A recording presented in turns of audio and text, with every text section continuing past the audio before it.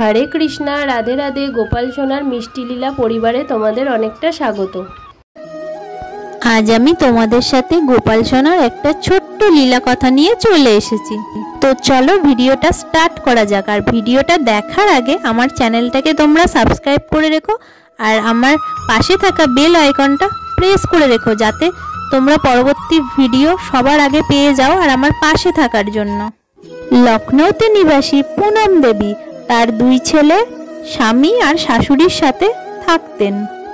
तार शशुर मशाई ताके एकटा छोट्ट गोपाल सोना एने दिएछिलो और तिनी सेई गोपाल सोनाके खूबई যত্ন सहकारे सेवा करतेन।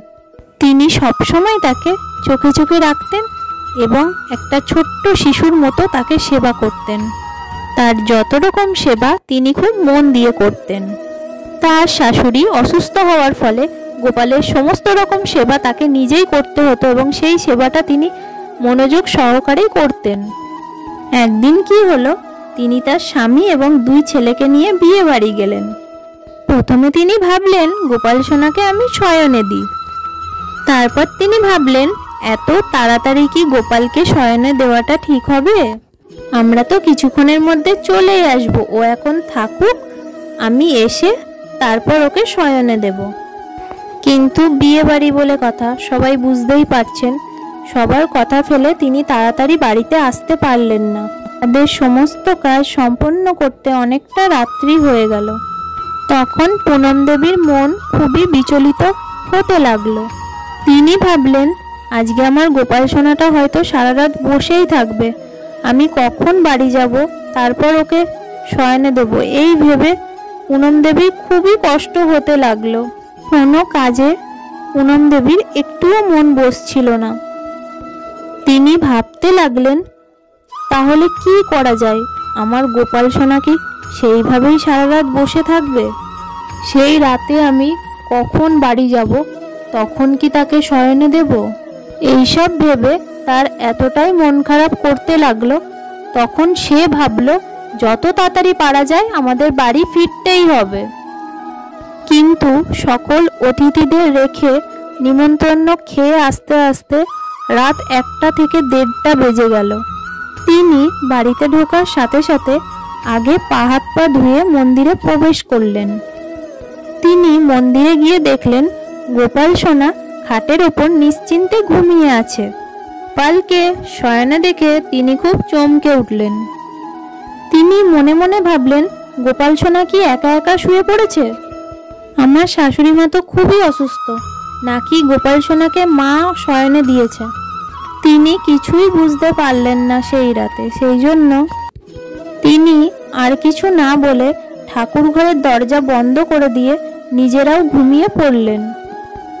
পরের দিন সকালে তিনি তার শাশুড়ি মাকে সমস্ত কথা জিজ্ঞাসা করলেন যে মা গোপালকে কালকে কে শয়নে দিয়েছিল? তখন তার শাশুড়ি মা বললেন, জানো তোমার দেবার খাবার দাবারগুলো খেয়ে আমি ঘুমিয়েই পড়েছিলাম, কিন্তু হঠাৎ করে আমার কানে বাজতে লাগলো যে মা আমাকে শয়নে দাও না, আমার যে খুব ঘুম পেয়েছে, আমাকে শয়নে দাও না। এই কথাগুলো আমার কানের মধ্যে বাজতে লাগলো। তখন আমি উঠে এদিক ওদিক খুঁজতে লাগলাম, কিন্তু কাউকেই দেখতে পেলাম না। তখন হঠাৎ আমার মনে হলো যাই একবার মন্দিরে গিয়ে দেখে আসি তো গোপাল সোনাকে কি আদৌ ওরা শয়নে দিয়েছে, নাকি সেই ছোট্ট গোপাল সোনা এখনো বসেই আছে। সেই ভেবে আমি মন্দিরে গেলাম। এরপর গিয়ে দেখি তুমি গোপাল সোনাকে শয়নেই দাওনি। এরপর থেকে তুমি যেখানেই যাবে গোপালকে শয়নে দিয়ে যাবে, না হলে আমাকে বলে দিয়ে যাবে।